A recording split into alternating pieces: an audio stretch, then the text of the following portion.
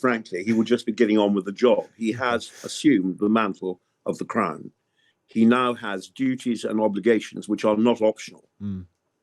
And he just will be getting on with it. It is remarkable to think that we've not seen anything like this since your grandfather's state funeral.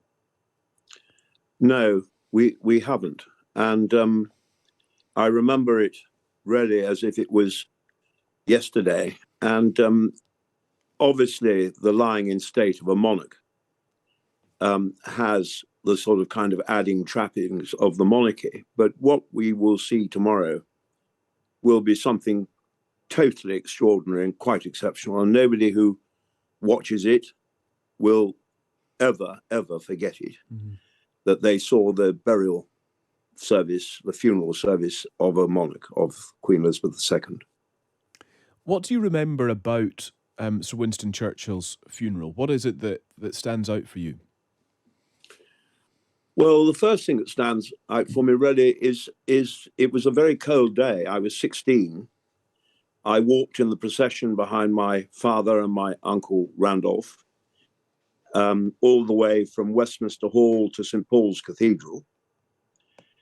And I remember climbing the steps behind the coffin at St. Paul's Cathedral and watching this procession down the aisle, this enormous swaying.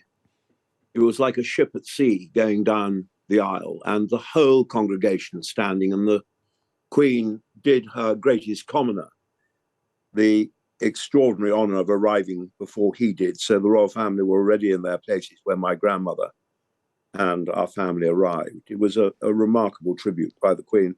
But I remember the service was just inexpressibly beautiful in a grand but very simple way. There's a whole sort of heritage of the Church of England.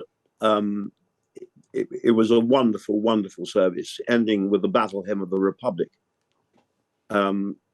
which is one of the greatest hymns, I think, of all time. The last post, the Reveille, the passage of my grandfather down to Tower Pier, where he was transferred to Haven Gore, the launch of the Port of London Authority to be carried upstream to Waterloo.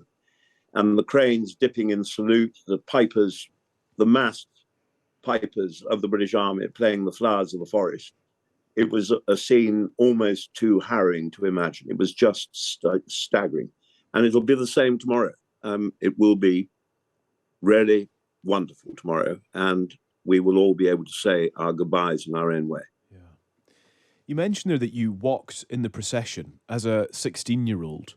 It's something that we've been considering a bit this morning, actually, because one of the Queen's grandchildren is 14 and was stood on vigil at Westminster Hall last night. And it's all very reminiscent, I suppose, of Prince William and Harry's involvement in the processions around the death of their mother, Princess Diana, as well, and obviously the kind of effect that has had on them, kind of well talked about effect. I wonder how you reflect on that now, that as a 16-year-old you were such a, involved in such a focal point of history and at such a difficult time where you're grieving and trying to understand and process all that was going on. Well, to tell you the honest truth, I never gave it a thought. The only of my thoughts were entirely concentrated on doing it properly. And my younger brother, Jeremy, was walking behind me, and he was younger than I was. And I just think we were so honoured and so proud to be there that the feelings that remain with us are of extraordinary pride at being there on the day, and also the opportunity to see how much people loved Churchill. The faces of the crowd are indelibly etched in my mind of grief, a sort of noble grief, really. And, there was a detachment of the French resistance. And as my grandfather's coffin went past, they dipped their flags in salute. And, one was old enough to appreciate the link between Churchill and the resistance in the last war. So that it was very, very, but I mean, brace up, that's my view. And I thought that young man, Lord Severn, James Severn, I thought he did absolutely magnificently yesterday. Magnificent. I thought they all did wonderfully well. They stood still, they never moved. and they paid a profound respect to their grandmother, who they absolutely adored. So it was a wonderful way to spend, to be able to give a tribute, in my view. Yeah, it's just amazing to hear about. I must ask, as a close friend of King Charles, how will he be feeling, I suppose, at the moment? This week has been so busy for him. We've been reporting on that on Times Radio through the week. It's just been non-stop, really, apart from one day where he wasn't sort of doing any public engagements, but he would still be planning, would still be considering all that was to come. How will he be dealing with all of this as the days go by? I know we're all meant to sort of bang on about our feelings the whole time these days, but actually, frankly, he will just be getting on with the job. He has assumed the mantle of the crown. He now has duties and obligations which are not optional. And he just will be getting on with it. So his feelings, no doubt, I imagine, are of profound grief at the passing of his mother, at looking forward to what will be a daunting programme over the next 48 hours and his life beyond for both of them. But to be absolutely candid with you, I just can tell you that he will just be getting on with it. And his feelings will be, I must get this right. You know, and I think that the whole tone that the King has adopted, the whole way that he has led the nation in mourning, has been absolutely admirable and remarkable. And I'm very, very pleased to see the reaction of the crowds to him. I think it's very touching, and you know, they have tremendous sympathy for him, and you know, so of course it's a tough time, but I just urge you to understand that what he will be doing is doing his job and getting on with it. Yeah, absolutely. I get that completely. And with that in mind, then, what is his role tomorrow in the formalities of a funeral that many are looking to as a kind of moment of togetherness and unity? What about King Charles that we will see tomorrow at the funeral? Well, I have no idea. I mean, I haven't seen the order of service any more than you have.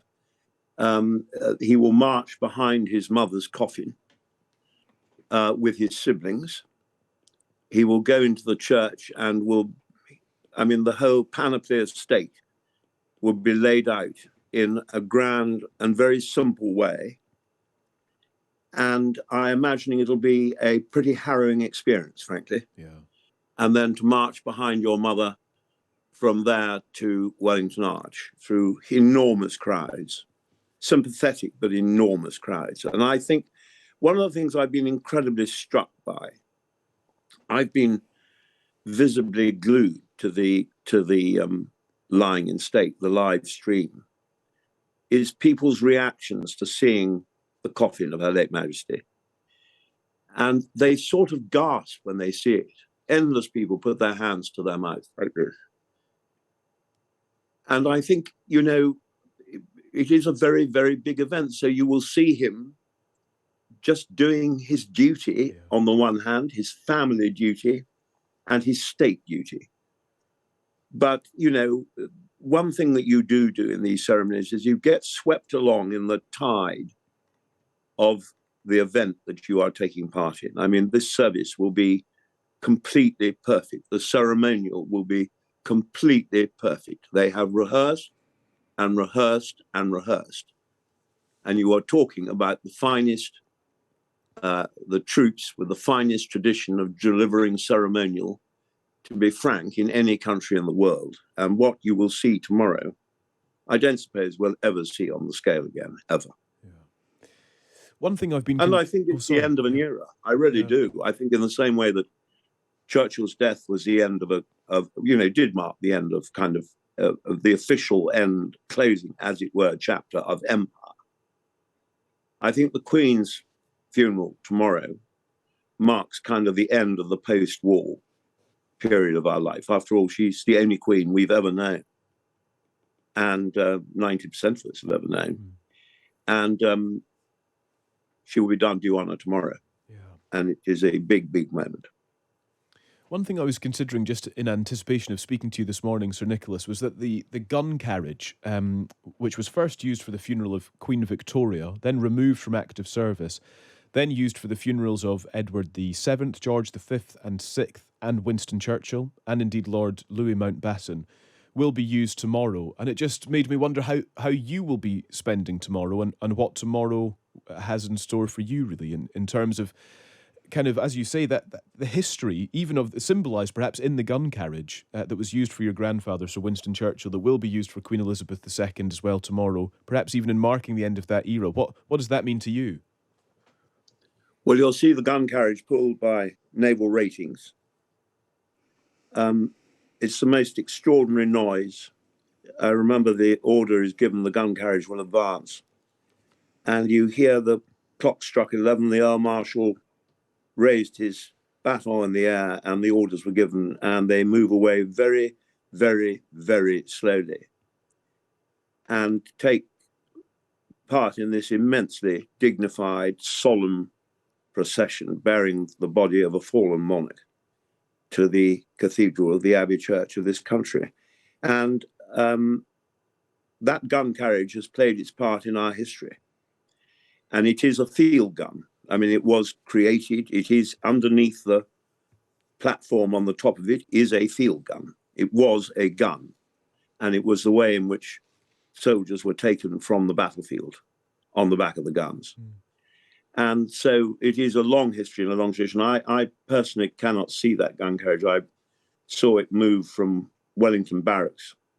I can't remember when it was. It all seems so long ago now. When to go to Buckingham Palace to collect the Queen's coffin before she processed down the Mall with the King and his siblings beside him, to go to Westminster Hall, and just to see it without its very precious cargo really makes the hair stand up on the back of your neck.